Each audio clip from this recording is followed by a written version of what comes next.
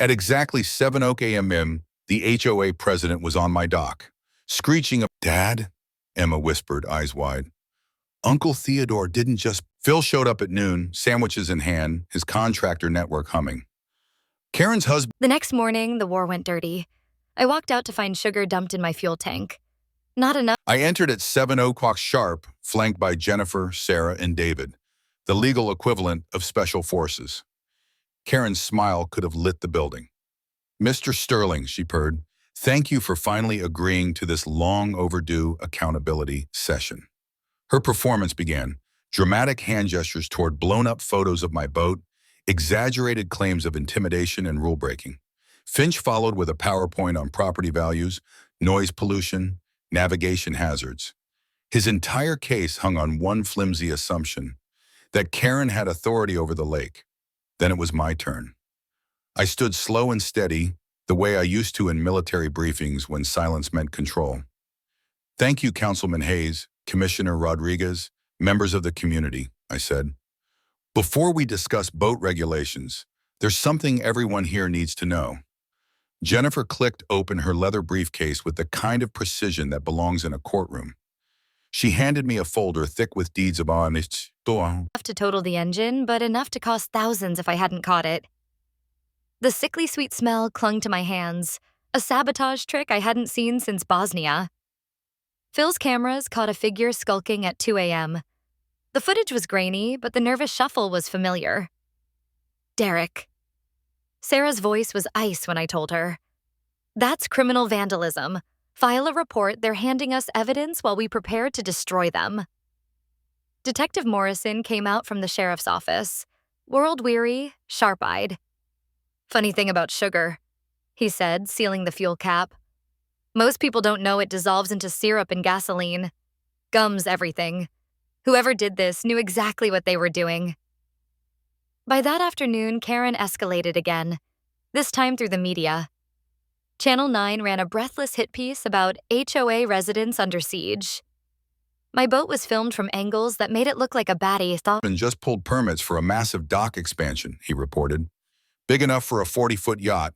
Guess the rules only apply to people not named Whitmore." Betty arrived next with apple pie and intel. 40 years of teaching had taught her how to spot bullies and rally people against them. "5 families are ready to testify against Karen," she said. "The Johnsons, the Patricks, Old Man Henderson, the new couple in the blue house, even the Williams." Karen thought they were her allies.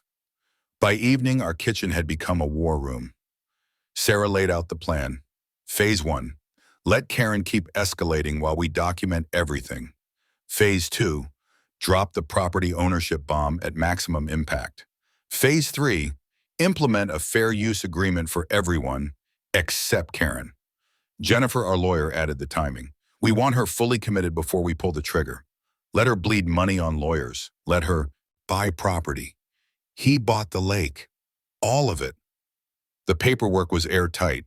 When the developer went bankrupt in '63, Theodore bought the water rights nobody else wanted for pennies. Over the years, he quietly assembled ownership of the entire lake bed, the water itself, and every navigation right in perpetuity, which meant Karen's community lake wasn't community at all. It was mine. Every drop. The next morning, I sat with Jennifer Patel, a lawyer Betty recommended, sharp as a razor. When she saw the documents, she went silent. "Mr. Sterling," she finally said, "if this holds up, you're not fighting an HOA violation. You're talking about 30 years of trespassing. You own everything, every dock, every boat slip, every right of access. It's all yours." Through the window, I watched Karen climb out of her BMW in a power suit, strutting like she owned the place. The irony was sweeter than coffee. And Jennifer wasn't done. About my illegal boat ruining her community lake while trespassing on my private property. Karen Whitmore, in her stiletto heels, stabbed holes into the cedar planks I'd stained myself last summer. She brandished a cease-and-desist letter like it was a weapon. "This rust bucket is gone by Friday, Sterling. Or I'm calling my lawyer and the sheriff. 200 a day in fines. Plus we're putting a lien on this shack you call a home." Her perfume, thick, sugary, and nauseating, tangled with the diesel scent from my restored 1987 Chriscraft, as she jabbed a blood-red nail at my pride and joy. What she didn't know, that community lake she was so loudly protecting, all 47 acres of it, was mine. And here's the thing about bullies. They always hand you the blueprint for their own destruction. So I just smiled, sipped on my coffee, and let Karen start digging her own grave. What would you do if someone tried to steal